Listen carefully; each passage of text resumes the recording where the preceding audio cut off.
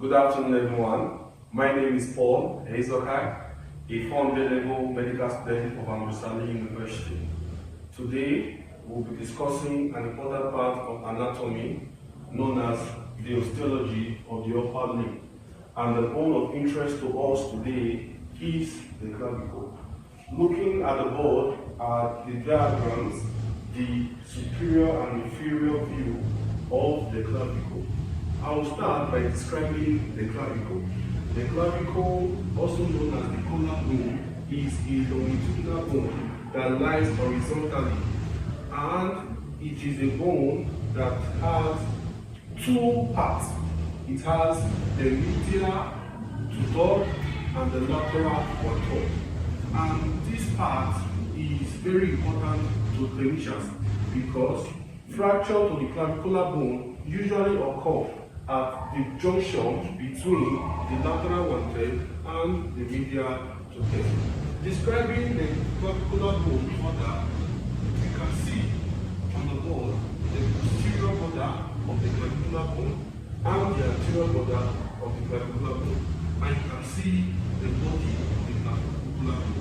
If you look very closely, you will observe that the shape of the clavicle is like that of an elongated S.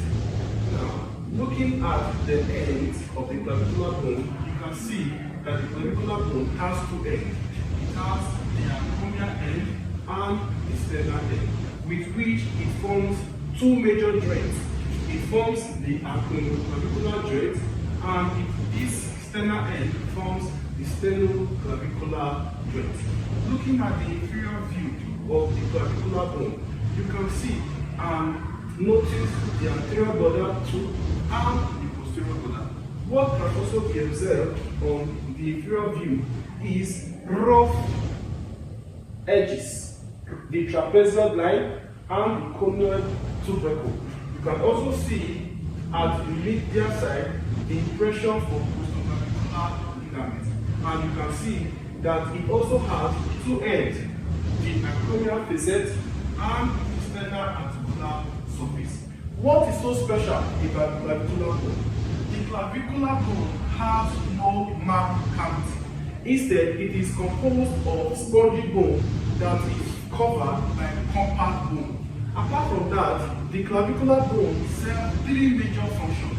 Number one, it serves as a movable rigid support that suspends the upper limb from the trunk. Number two is that it forms the bony boundary of the cervico-axillary canal.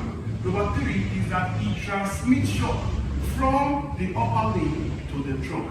Apart from that, what else can we observe about the clavicular bone? You can see that the clavicular bone has, on the board, you can see the superior view on the superior surface and the inferior view, the inferior surface. Looking at the superior surface, you can observe that the superior surface is very smooth. Looking at the inferior surface, you can also observe that the inferior surface is rough. Apart from that, what else can we say about the clavicle?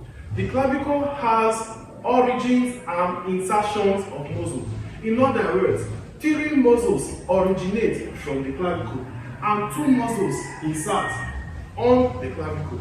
And I will list the muscles. The muscles that originate from the clavicle include the deltoid muscle that originates from the lateral side of the clavicle, while we also have on the medial side two muscles that originate. We have the pectoralis major muscle and the sternocleidomastoid muscle.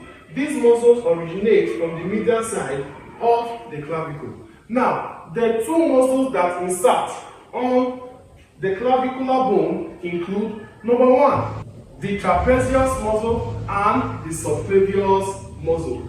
Those are the two muscles that insert on the clavicle.